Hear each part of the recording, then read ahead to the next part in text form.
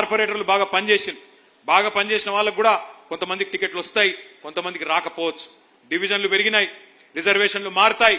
అట్లాగే మళ్ళీ గవర్నమెంట్ కూడా వస్తుంది. వచ్చినప్పుడు అందరినీ గౌరవించుకునే, అందరినీ కాపాడుకునే బాధ్యత నా మీద ఉన్నది. నేను ఇక్కడికి వచ్చినప్పుడు ఒక తమ్ముడు చిట్టి పంపించిండు, అన్నా గతం నుంచి పనిచేసిన ఉద్యమకారులను కూడా కాపాడుకోండి. మీకు కూడా నేను మాటిస్తా ఉన్నా, 10 ఏళ్లు అభివృద్ధి అనే ఒక లక్ష్యం పెట్టుకుని ఒక తపస్సులాగా పనిచేసినాం. కానీ వచ్చే టర్మ్ లో పార్టీకి అండగా నిలబడ్డ ప్రతి కార్యకర్త, ఉద్యమ బిడ్డ కావచ్చు, కార్యకర్తగా ఉన్న వాళ్ళు కావచ్చు, కడుపులో పెట్టుకొని చూసుకునే బాధ్యత మాది. పదవుల రూపంలోనో పన్నుల రూపంలోనో మిమ్మల్ని కాపాడుకునే బాధ్యత మాది. వాళ్ళ పార్టీకి కష్టకాలం వచ్చినప్పుడు ఇంతమంది అండగా నిలబడి మాకు ధైర్యం చెప్తున్నందుకు మీ అందరికీ మళ్ళొక్కసారి నేను శిరస్సు వంచి నమస్కారం చేసుకుంటా ఉన్నా. జూన్ మాసంలో ఈ మెంబర్షిప్ కార్యక్రమం ప్రారంభం అవుతుంది. దాదాపు 45 రోజుల నుంచి 60 రోజుల పాటు మెంబర్షిప్ కమిటీల నిర్మాణం ఈ కార్యక్రమం జరుగుతుంది. బ్రహ్మాండంగా ఈసారి డిజిటల్ పద్ధతిలో చేయబోతా ఉన్నాం. దానికి సంబంధించిన శిక్షణ కార్యక్రమం కూడా మీకు ప్రత్యేకంగా ఏర్పాటు చేస్తాం. బూత్ కి 2 చొప్పున ప్రతి బూత్ లో 2 యువకులకు లేదా యువతులకి ట్రైనింగ్ ఇస్తాం. దానికి ప్రత్యేకమైన శిక్షణ కార్యక్రమం ఉంటుంది. కానీ ఇవాళ నేను ఇక్కడికి వచ్చింది ప్రత్యేకంగా మీ అందరికీ ఒక ముఖ్యమైన విషయం మీకు చెప్పడానికి. కేంద్ర ప్రభుత్వం ఈ మధ్యకాలంలో ఒక కార్యక్రమం తీసుకొని వచ్చింది, స్పెషల్ ఇంటెన్సివ్ రివిజన్. అంటే మన ఓట్లకు సంబంధించిన కార్యక్రమం. ఆ ప్రజెంటేషన్ పెట్టాల్సిందిగా ఆ తమ్ముళ్ళు ఎక్కడున్నారో వాళ్ళు కంప్యూటర్ చూసేవాళ్ళు ఆ ప్రజెంటేషన్ పెట్టాల్సిందిగా నేను కోరుతా ఉన్నాను. మీకు ఆ ప్రజెంటేషన్ ఇవ్వడానికి, అట్లాగే మీ అందరికీ ఈ హ్యాండ్ బుక్ కూడా వచ్చిందా? రాలేదా? ఇవ్వలేదా అన్న? ఇంకా ఒక 2000 పుస్తకాలు ఎక్కడున్నాయి? తర్వాత మీ అందరికీ డిస్ట్రిబ్యూట్ చేయడం జరుగుతుంది, మీ అందరికి ఇవ్వడం జరుగుతుంది. ఈ బూత్ లెవెల్ ఏజెంట్ల కోసం మీరు ఏం చేయాల్సి ఉంటుంది ఎస్ఐఆర్ కార్యక్రమంలో అని చెప్పి మీకోసం ఒక ప్రజెంటేషన్, ఆ ప్రజెంటేషన్ తర్వాత మీకు ఇది ప్రత్యేకంగా ఒక హ్యాండ్ బుక్ కూడా మీకోసం తయారు చేయడం జరిగింది, మీకు ఇవ్వడం కూడా జరుగుతుంది. దయచేసి మీరందరూ ఒకసారి మధ్యలో నిల్చున్న వాళ్ళు కూర్చోవాలమ్మా ప్లీజ్. మీరు అడ్డం ఉన్నారు, వాళ్ళు ఎన్నికోళ్ళ కనబడతలేదు, కూర్చోండి. ఒక్కసారి దయచేసి అందరూ కూడా స్క్రీన్ మీద కాన్సన్ట్రేట్ చేయాలని చెప్పి హృదయపూర్వకంగా మీ అందరినీ కోరుతా ఉన్నాం. ఈ ఎస్ఐఆర్ అంటే ఏంటి? Next slide. అసలు ఎస్ఐఆర్ అంటే ఏంటిది? ఎస్ఐఆర్ అంటే స్పెషల్ ఇంటెన్సివ్ రివిజన్. ఈ స్పెషల్ ఇంటెన్సివ్ రివిజన్ ద్వారా ఏం జరుగుతుంది అంటే, మరి ప్రతి ఇంటికి ఎన్నికల సంఘం యొక్క అధికారులు, రాష్ట్ర ప్రభుత్వ అధికారులు వచ్చి ప్రతి ఇంట్లో ఎవరుంటున్నారు, ఎంతమంది ఓటర్లు ఉన్నారు అని చెప్పి లెక్కలు తీసే కార్యక్రమం ఈ ఎస్ఐఆర్ అనే కార్యక్రమం. అంటే ఒక రకమైన వడపోత కార్యక్రమం ఈ ఎస్ఐఆర్ కార్యక్రమం. ఎవరు చేస్తారు దీన్ని? ఎవరు చేస్తారు అంటే బూత్ లెవెల్ ఆఫీసర్స్ అని ఉంటారు, బిఎల్ఓస్, అంగన్వాడీ టీచర్లు, మెప్మా రిసోర్స్ పర్సన్లు, వాళ్ళే మీకు తెలిసిన వాళ్ళే ఉంటారు, కొత్త వాళ్ళేమి ఆకాశంలోకి వెళ్ళి రారు. అంటే ఏంది అసలు ఈ ప్రక్రియ ఏంటిది, ఎన్నిసార్లు జరిగింది? ఎస్ఐఆర్ ఏమి మొదటిసారి జరగడం లేదు భారతదేశంలో.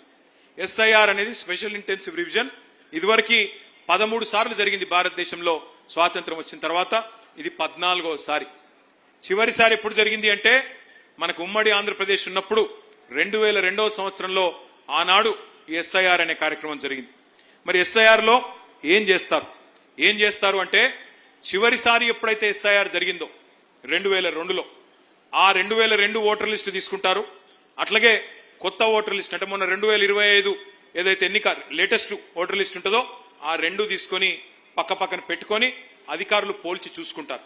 ఉదాహరణకి 2002లో మీ ఇంట్లో ఒక అమ్మాయో అబ్బాయో ఆ రోజుకి పుట్టి లేదు, ఆ రోజు ఇంకా అప్పటికి పుట్టనే లేదు, ఎందుకంటే అప్పుడు పుడితే ఇప్పుడు 24 ఏళ్ళకి వచ్చింటారు వాళ్ళు. ఆ రోజు పేరు ఉండకపోవచ్చు, మరి ఈ రోజు పేరు ఉంటుంది. కాబట్టి 2 పోల్చుకొని చూసుకొని ఫ్యామిలీ మ్యాపింగ్ ద్వారా మరి కొత్తగా వారిని కూడా యాడ్ చేస్తారు.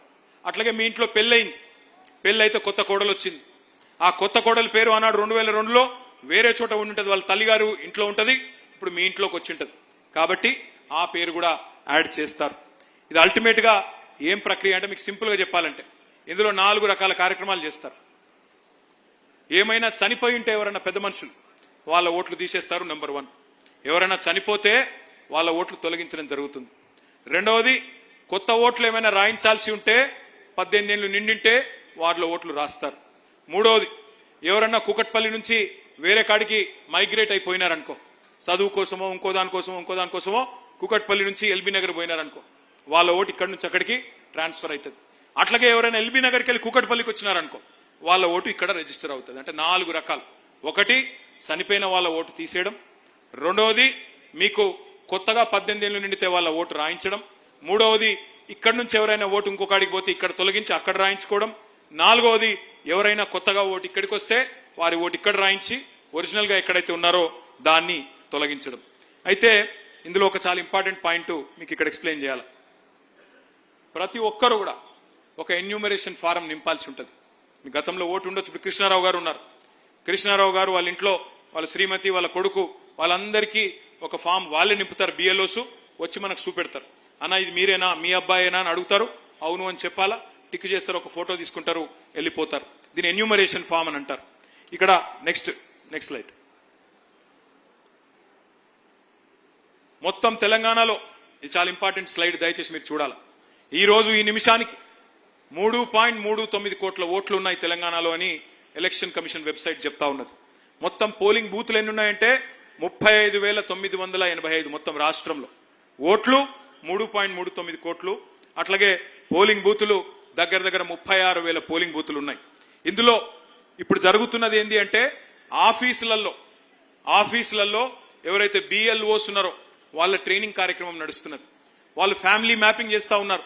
మీ ఇంట్లో 2002 లిస్టు 2025 లిస్టు పట్టుకొని ఫ్యామిలీ మ్యాపింగ్ కార్యక్రమం ఇప్పుడు వాళ్ళ ఆఫీసులలో జరుగుతూ ఉంది. కానీ ఫీల్డ్ వెరిఫికేషన్ అంటే మీ ఇంటింటికి వచ్చే కార్యక్రమం ఎప్పుడు చాలు అవుతుందంటే జూన్ 25 నుంచి చాలు అవుతుంది. జూన్ 25 నుంచి జూలై 24 దాకా ఇంటింటికి వచ్చే కార్యక్రమం అధికారులు ఆ కార్యక్రమం జరుగుతుంది. ఇక్కడనే మరి మన పార్టీ తరఫున కూడా బూత్ లెవెల్ ఏజెంట్లను మనం అపాయింట్ చేసుకున్నాం. ఆ బూత్ లెవెల్ ఏజెంట్ల కార్యక్రమం, బూత్ లెవెల్ ఎవరెవరైతే ఏజెంట్స్ ఉన్నారో వారు కార్యక్రమం ఏంటి, వాళ్ళ పాత్ర ఏందో నేను మళ్ళీ చెప్తాను. జూన్ 25 చాలు అయి జూలై 24 దాకా ఈ కార్యక్రమం కొనసాగుతుంది. జూలై 24 నుంచి మీరు అభ్యంతరాలు చెప్పాల్సింది మరి 30 ఆగస్టు దాకా మీరు అభ్యంతరాలు చెప్పొచ్చు, అభ్యంతరాలు సమర్పించవచ్చు 30 ఆగస్టు దాకా. అంటే ఒక నెల రోజుల పాటు మీరు అబ్జెక్షన్ చెప్పొచ్చు. సార్ ఇది మీరు తప్పు చెప్పారు. అక్కడ ముసాయిదా 31 జూలై నాడు డ్రాఫ్ట్ ఓటర్ లిస్ట్ పబ్లిష్ చేస్తారు. ఏ డివిజన్లో ఎన్నున్నాయి ఓట్లు, ఎంతమందిని లెక్కించినాము. 24 జూలై అయిపోయినాక మొత్తం ఫీల్డ్ ఇన్స్పెక్షన్ అయిపోయినాక వారం రోజుల్లో ఒక లిస్టు వాళ్ళు పబ్లిష్ చేస్తారు. చేసిన తర్వాత మనం 1 మంత్ పాటు అబ్జెక్షన్స్ చెప్పొచ్చు. 1 మంత్ లో అబ్జెక్షన్స్ 30 ఆగస్టు నుంచి 30 ఆగస్టు నుంచి 28 సెప్టెంబర్ దాకా నెల రోజుల్లో వారు అభ్యంతరాలు పరిష్కరించాలి.